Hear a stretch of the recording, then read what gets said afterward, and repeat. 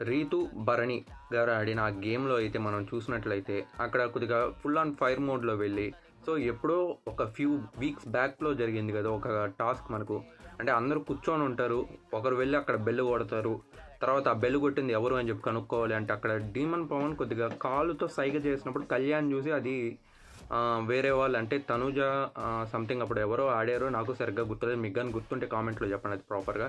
So, అది ఇప్పుడు లాక్కొనొచ్చి బర్నీ గారు కొద్దిగా పాయింట్ ఔట్ చేస్తే, ఇక్కడ కొద్దిగా గొడవైంది. సో, కళ్యాణ్‌కి, బర్నీ గారికి ఈ విషయం డీమన్ పవన్‌కి కూడా తెలీదు. మీరెందుకు ఆ పాయింట్‌ని తీసుకొనొచ్చి ఇప్పుడు చెప్పడం ఇదంతా అన్నెసెసరీ గదా!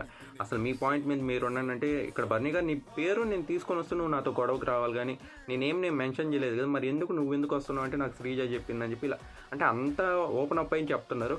బట్ నాకు అక్కడ ఎందుకో కూడా కళ్యాణ్ కొద్దిగా అంటే ముందుగా వెళ్లి అలా మాట్లాడడం అనేది బెటర్ అని చెప్పి నాకు అనిపియలేదు. మరి మీరేమనుకుంటున్నారు? కామెంట్స్‌లో చెప్పండి.